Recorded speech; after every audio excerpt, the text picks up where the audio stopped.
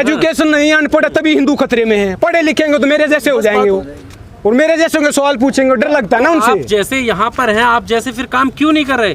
कहाँ है वो? आप जैसे लोग ही तो हैं जो पंचायतों में जा रहे हैं, और कौन होगा वो?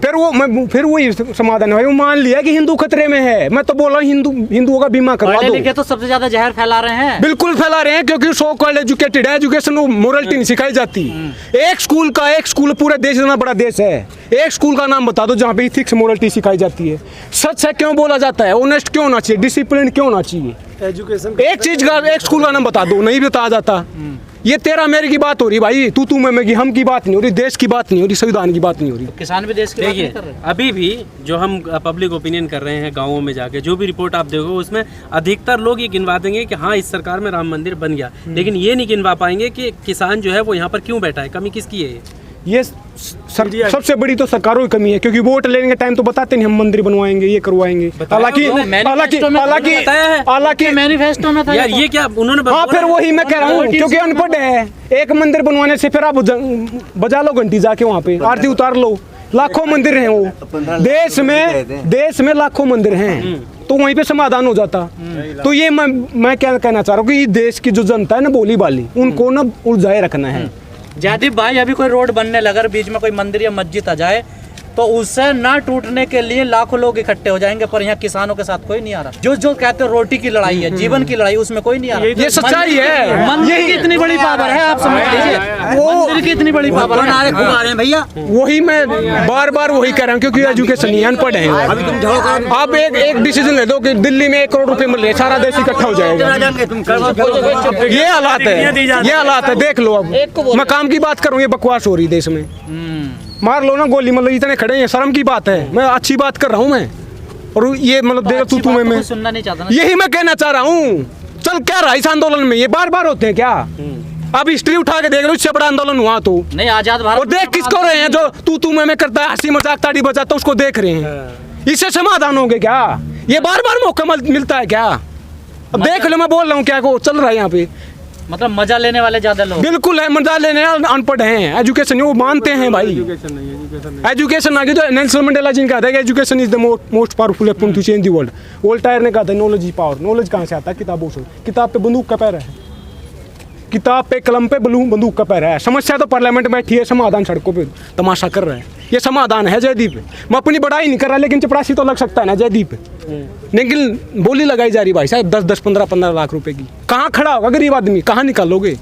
एक बात तो सुन लो, अब थोड़ा सा मामला गर्म हो गया तो 1 हफ्ता पहले मैं यहाँ से जा रहा था, यहाँ से 100 मीटर की दूरी पे। कहना नहीं चाह रहा, बहुत ही शर्मनाक है, लेकिन मैं कह रहा हूँ 12-13 साल की लड़की अपना पल्लू उठा के मुझे बोली कि 50 रुपये में अपने आप को बेच रही है। ये शर्म की बात नहीं है क्या? किसी बड़े फिलोसोफर ने कहा था कि कोई भी आदमी इतना अमीर नहीं होना चाहिए कि अपने आप मतलब दूसरे आदमी को खरीद सके, और कोई भी इतना गरीब नहीं होना चाहिए कि अपने आप को बेचना पड़े। ये बेच रहे हैं। उड़ीसा में एक माँ ने 20 रुपये में अपना बच्चा बेच दिया। क्यों बेच दिया? क्योंकि खाने के लिए चून नहीं था। ये हमारा देश है। 3 साल पहले की बात है, प्रधानमंत्री की भतीजी का पर्स चोरी हो जाता है। 700-800 पुलिस वाले लगा के 4 घंटे में उसको रिकवर कर लिया जाता है, पकड़ लिया जाता है चोरों को। उसी दिन एक गरीब की बेटी का रेप होता है, हमारी बहन बेटी का रेप होता है। रेप होने के बाद लिफ्ट मांगती है, लिफ्ट वाला उसका दोबारा रेप करता है। ये फर्क है खास आदमी और आम आदमी के बीच में। समझ लो अब बात। ये तू मैं की लड़ाई नहीं है, बार मौके नहीं मिलते। ये जो देख तो लिए परिवारवाद चल रहे हैं, क्या समाधान कर लिया? 30 साल से सरकार है बिहार में, और जो लालू प्रसाद जो जेल से है उसको भगवान बना रहे हैं, उसके बेटे को फिर सीएम बना रहे थे। और जो चच्चा है जो 15 साल से उसकी सरकार है, 3 साल से उन्होंने लूट लिया। सबसे ज्यादा वहाँ पे भूखे मर रहे हैं, और फिर भी उनको वोट दे रहे हैं। क्यों दे रहे हैं? अनपढ़ हैं लोग। अनपढ़ किस आधार पर वोट देगा? धर्म के आधार पर, जाति के आधार पर। पढ़ा लिखा होगा तो सवाल पूछेगा, विकास के नाम पे देगा। पढ़े लिखे को आगे तो नहीं आने देते ना। और क्या यूए पे लगा देंगे? मैंने बोला ना, अलकायदा कर रहे थे। क्यों कर रहे थे? क्योंकि वो एक थोड़ा सा एडिट करते, 2 सेकंड की वीडियो चाहिए। अभी हालात ऐसे हैं राजनीति में, आप किसी भी राजनेता को उठा के देखो, आप उसमें कमियां निकाल दो, क्योंकि होंगी। अभी यूपी की चुनाव करूं तो जितनी भी पार्टियां हैं और उनके जो अध्यक्ष हैं, उनकी गलतियां होंगी। तो ऐसे फिर नया चेहरा कहाँ से लाओगे? किसको आप उठाओगे? कौन इसको ये मजमा देख रहे हो, अनपढ़ है। वो ये मजमे जयदीप भी आता, मेरे माँ बाप भी आते हैं, और ये अनपढ़ आदमी किस आधार वोट देता? आज भी मानते हैं मेरा तो जाट नेता है जी, मेरा दलित नेता है। वो जाटों ने दलितों ने नेता हैं जितने बन के घूम रहे हैं, बना दिया ना अमेरिका। सत्ता तो रही इनकी 15 साल 20 साल, चार बार तो मुलायम सिंह जी सीएम रहे हैं, 4 बार बीएसपी की मायावती जी रही हैं, बना दिया अमेरिका। उनके लोग जेलों में पड़े हैं। BK16 एक बोल रहा कि सोशल मूवमेंट चला रहा हूं मैं, अपने लोगों का छुड़वा लेना। वही सबसे तो बात पहले मैं कह रहा हूँ, अगर बदलाव हो भी गया तो बदलाव हो के क्या अपना जो पेट भर जाए ना, उसी को बदलाव मानते हैं। मेरा काम बन जाए, बाढ़ में जाए जनता, और क्या यही हो रहा है। सोल्यूशन क्या है? सॉल्यूशन ये है कि जो पढ़े लिखे हैं, जो चेतना जिसकी जाग चुकी है, उसको सड़कों पे आना चाहिए, आंदोलन करना चाहिए। उसे तो एंटी नेशनल बताते हैं ना लोग। उसका इलाज कर देंगे ना, या सड़क पे खड़े होंगे। तो क्या है कि पिछले साल CNRC के टाइम पर यही किसान थे। मैं एक आदमी बता दो, अब मैं भी किसान का बेटा हूँ, लेकिन ये हिंदू बने होते उस टाइम पे। आज ये किसान बन गए, आज इनको पता चल रहा है, क्योंकि जब अपने घर में आग लगती है तब आते हैं। ये दिक्कत ये है, बैंक वाले 2 दिन से हड़ताल के लिए आए थे, वो यहाँ नहीं आ सकते। स्टूडेंट जंतर मंतर पे आओ जाओ आप, 4-5 प्रोटेस्ट दिल्ली होते हैं, यहाँ नहीं आ सकते हो। 130 करोड़ जनसंख्या बोलते हैं, क्या है क्या हम इतने? हमें बांटा हुआ टुकड़ों में, ये हिंदू है, ये मुसलमान है, ये सिख है, ये जाट है, गुजर है, दलित है। ये एक हो गए ना, 130 यहाँ पे खड़े हो गए। इंतजाम हो जामिया जाएगा। में जब बच्चियों पे लाठियां चलाई जा रही थी पिछले साल, तो कोई नहीं गया था वहाँ पर। बिल्कुल नहीं गया। और क्या है, वही तो अथॉरिटियन स्टेट है, वही तो तानाशाही है। बेटी बचाओ बेटी पढ़ाओ नारा भी देंगे, फिर वो बेटी पढ़ के आएगी, सवाल पूछेगी, जेल में डालेंगे। 21 साल की दिशा नुदीप कौर, गरीब वर्ग की बेटी, मनदीप पुनिया, ताजा उदाहरण बता रहा हूँ। गौरी लंकेश, MM कलबुर्गी, क्या हुआ? आप जैसे पत्रकार थे, आनंद तेनतुमरे साहब, गोविंद पंसारे, वही मैं कहना चाह रहा हूँ। क्या हुआ? छुटा लो ना, तो पढ़े लिखे हैं। पढ़े उन्हें तो नक्सली बताया जाता है ना। मैं वो यही देश की जनता उन्हें नक्सली बताती है। तो फिर साबित कर देना, अंडर ट्रायल क्यों? 3 साल से ट्रायल भी नहीं हो रहा। अभी यहाँ पर बात कोर्ट डिसाइड करेगी ना। एक और इंटरव्यू में ये बात चल रही थी, जैसे आपने कहा कि पिछली जब CNRC का विरोध हो रहा था, कोई नहीं। आज भी यहाँ पर जो किसान हैं वो भी इस चीज़ का नाम लेने तैयार नहीं होते। बिल्कुल है, वही मैं कहना चाह रहा हूँ। आज भी यहाँ पे बोलने के बाद उसके बारे में बात मत करना भाई, अपनी जेब की बात कर। फिर वही तो बात कहना चाह रहा हूँ कि अपना अपना देखना है। राहत इंदौरी जी ने कहा था कि लगेगी आग तो आएंगे कई घर इस जद में, यहाँ पे सिर्फ हमारा मकान थोड़ी है। ये मत सोचो किसान की बात है। लाइन सबकी लगा रखी भाई साहब, सबका नंबर आएगा। लास्ट हो गया तो लाइन तो काफी दिन से लग रही है ना। हाँ, मैं वही कहना चाह रहा हूँ। अब ये जागे हैं, और जागे कितने? हरियाणा पंजाब यूपी के बैठे हैं। ये यूपी की कितनी जनसंख्या है? 22-23 करोड़। 22-23 करोड़। कितने बैठे हैं यहाँ पे? 1000, 2000, 3000 होंगे। 500-400 हैं। इतनी झूठ क्यों बोल रहे हो? 100-200 होंगे ज्यादा से ज्यादा। कहाँ गए? सांप सूंघ गएगा, पिज्जा खाएगा किसान। सही बोल रहे हो। AC में सोएगा, फॉर्च्यूनर में चलेगा। सही तो बोल रहे। गुलाम हो तुम तो, तुम गुलाम थे तो गुलाम तो गुलामी करेगा, सड़क पे सोएगा, भूखा मरेगा। चापलूसी करो उनकी, वो ये चाहते हैं। पता चला आपको? अभी वो गुलाम बना के रखना चाहते हैं आपको। इसकी नीति आई है भैया। पढ़े लिखे सड़कों पे मतलब घूम रहे हैं। मैं बता रहा हूँ, बेटी 12-13 साल की, मेरे दिमाग से एक हफ्ते बात नहीं जा रही। मैं दिल्ली रोता हूँ रात को उसको देख के। अपनी बहन बेटी को रख के देखो ना, अपनी उसकी जगह। मतलब ये बोल रहे हैं डंका बज रहा है, सुपर पावर बन चुका है। मैंने ये बोला कि ये जो सरहदबाजी हो रही है, जो किलेबंदी हो रही है, किस लिए हो रही है? ये देश का किसान है, ये अलकायदा तालिबान नहीं। ये कहना चाह रहा हूँ मैं। अब समझ में आई बात? किस लिए लगाई है, क्यों लगाई आपको नहीं पता? ये सरकार से पूछना जाके, मेरे से क्या पूछ रहे हैं? पता किस लिए लगाई है? डर रहे हैं, डर रहे हैं। वो बिल्कुल डर रहे हैं। मान के सरकार डर रही है आपसे? बिल्कुल डर रही है, बात भी नहीं करी। उनको पता है 26 जनवरी को गए थे, एक पत्ता भी तोड़ा तो बता दो। बदनाम में एक झंडा लगाया था, किसी ने लगाया था, उनका गुर गया, सबको पता चल चुका है। उसके बावजूद सारे किसान आंदोलन बदनाम कर रहे हैं। बात कर लेना, बातचीत कर लो, हम तो तैयार हैं। 2 दिन पहले भी कहा। तो फिर बातचीत को जगह बता दो, टाइम बता दो, हम तो तैयार हैं। और दिन के चांदने में होगा बात, मतलब रात के अंधेरे में नहीं होगी। जयदीप भाई, यहाँ पहले दिन से इस आंदोलन में हम भी आपके साथ हैं। सरकार का जो पहले दिन स्टैंड था आज भी वही है, ठीक है? आपको पता नहीं है इस बात का?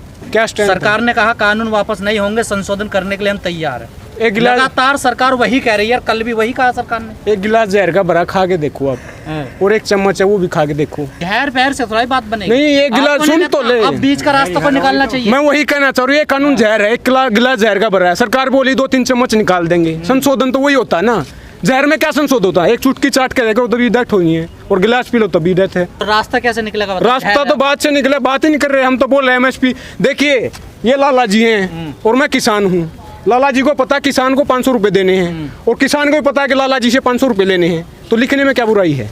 बातचीत का क्या मतलब होगा? बात आप हम यही कहना चाह रहे हैं कि एक लाइन ऐड कर दो, एक लिख दो कि एमएसपी लीगल है, लीगल अथॉरिटी होगी जो इसके खिलाफ जाएगा, कानून कार्रवाई होगी। गेहूं पे एमएसपी मिल रही है आपको, लिखी हुई है तो आप भी ले लो जाके, यहाँ पे ये माइक उठा क्यों घूम रहे नहीं हो? नहीं, गेहूं पे एमएसपी है, मानते हैं आप इस बात को?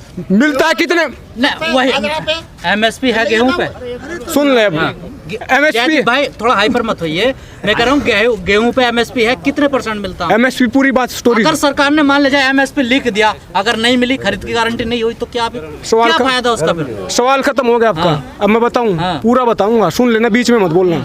एमएसपी होता है मिनिमम सपोर्ट प्राइस। हम कोई भी चीज खरीदने जाते हैं, जो फैक्ट्रियां बनाती है, फैक्ट्रियां कौन चलाता है सबको पता है। वो अपना सामान किस पे बेचती हैं? एमआरपी, मैक्सिमम रिटेल प्राइस पे, ना मीडियम पे ना मिनिमम पे, मैक्सिमम पे बेचती हैं। और ये मिनिमम सपोर्ट प्राइस कैसा है? C2 की, मतलब एक गिलास पानी का भरा था उस पे देना था, लेकिन ये तो आधा गिलास पानी के भरे पे दे रही हैं, आधे गिलास पे दे रही हैं। क्यों है? क्योंकि A2+ FL पे दे रहे हैं। दूसरी बात, एमएसपी देना था 23 या 25 फसलों पे, केवल 2 फसलों पे दे रहे हैं, गेहूं और चावल पे, और वो भी 6% को दे रहे हैं। तो ये मिनिमम है, माइक्रो है, मिनी है, क्या है ये? वही तो हम कह रहे हैं, गेहूं पे सरकार ने लिखित में दे दिया कि एमएसपी है, लेकिन उस पर खरीद तो हो ही नहीं रही। आपने कहा कि एक लाइन लिख के दे दे हमें, हम चले जाएंगे, तो उसका फायदा क्या? जब खरीद की गारंटी नहीं मिलेगी तो लिखने से फायदा क्या है? तो वो भी हमारा, वही तो हम कहना चाह रहे हैं कि लीगल अथॉरिटी बनी। अब तक लीगल नहीं है वो कानून, वो एडमिनिस्ट्रेटिव, मतलब वो डिसीजन होता है, वो लीगल कानून नहीं बना एमएसपी का आज तक। CSCP commission for agriculture cost and prices 1965 में बना था, वो डिसाइड करता है। उसमें 5-4 आदमी होते हैं पढ़े लिखे, 100 कॉल पढ़े लिखे, वो डिसाइड करते हैं, फिर अपना दिया जाता है। दिया मैंने बता दिया कितना दिया जा रहा है। अगर दिया जा रहा है तो ये तो वेस्टर्न यूपी, हरियाणा, पंजाब ही देश के पूंजीपति हैं। खेती किसानी की बात करूं तो, क्योंकि एमएसपी यही मिलता है केवल 6% किसानों को, और उसके बावजूद सुसाइड कर रहे हैं। एमएसपी होने के बावजूद सुसाइड कर रहे हैं। जो मार्जिनलाइजेशन है, तो 1 या 1.5 एकड़ जमीन जो एवरेज बची है, 1 एकड़ में क्या आएगा? मतलब आप अपना सिर्फ पेट पाल सकते हो, बच्चों को पाल सकते हो, सरप्लस नहीं होता उसके पास कि उसको बेच के फैमिली का मतलब खर्चा पानी चला सके। आज हरियाणा पंजाब में जाके देखो, ये जो 100 करोड़ बोलते, जाट में भी हूँ, मतलब कोई बड़ी बात नहीं है, लेकिन जाटों के लड़के 5-5 हज़ार में ऊबर ओला चलाने लग गए हैं। वो तो जमींदार थे ना, क्या दिक्कत हुई? समझ रहे हो बात को? तो एमएसपी भी समाधान नहीं है। सबसे बड़ा समाधान है पूंजीवाद को खत्म किया जाए। इसके पूंजीवाद कैसे बता दूं? WTO है, ये लाला जी हैं, सबसे बड़े लाला। वो क्या बोलता है? वो एग्रीमेंट ऑन एग्रीकल्चर पे सब्सिडियां हैं, जो एमएसपी है, इलेक्ट्रिक है, फर्टिलाइजर है, डीजल है, तो वो चाहते हैं सब्सिडियां बिल्कुल हटाई जाए, इन किसानों को मार्केट के हाथों छोड़ा जाए। अब रोटी का व्यापार करना चाहते हैं, तो हमारी सबसे बड़ी डिमांड है कि WTO से वर्ल्ड ट्रेड ऑर्गेनाइजेशन से एग्रीकल्चर को बाहर निकाला जाए। RCEP सुना होगा, रीजनल इकोनॉमिक कम्प्रीहेंशन पार्टनरशिप, 6 महीने पहले की बात है। जो आसियान प्लस चाइना, ये 16 देश थे, इंडिया उससे बाहर निकल गया। क्यों? क्योंकि चाइना का सामान हमारे यहाँ पे फ्लडेड हो जाएगा। हमारे पास तो सुई भी नहीं बना रहे, सुई भी वहाँ से आएगी, क्योंकि छोटे कारखानों को बचाने के लिए उससे बाहर निकल गए। कारखाने कौन लगाता है? फिर वही बात है, मतलब पूंजीपतियों को बचाने के लिए तो उससे बाहर निकल गए। उस देश के 90 करोड़ किसानों को बचाने के लिए WTO नहीं छोड़ सकते ये। नहीं, WTO का तो किसान बहुत पहले से विरोध कर रहे हैं ना, लेकिन कई समझौते ऐसे हैं जो WTO के बगैर नहीं हो सकते ना। भाई सारी बात कहानी गिनाऊंगा तो शाम हो जाएगी, शाम के सुबह ही हो जाए, शाम तो हो चुकी है। रास्ता क्या है? रास्ता है, बात की जाए। डेमोक्रेसी क्या होती है? अभी आपने पूंजीवाद की बात की। पूंजीवाद को बढ़ावा देने के लिए, यानी उनका सहयोग करने के लिए सरकार ने, पिछली सरकार में अमित शाह का खुद स्टेटमेंट था कि हम अगर कर्ज भी माफ करेंगे तो वो उद्योगपतियों करेंगे, किसानों का नहीं करेंगे। फिर भी उन्हें चुना गया। इंटरेस्टिंग बात तो आपकी है ना, वही दिक्कत है। क्या है कि आप थोड़ी देर पहले पूछ रहे थे ना, हरियाणा में पंचायत हुई थी फलाना, क्योंकि हिंदू खतरे में है इसलिए पंचायत हुई थी। दूसरी बात क्या है कि एजुकेशन नहीं है।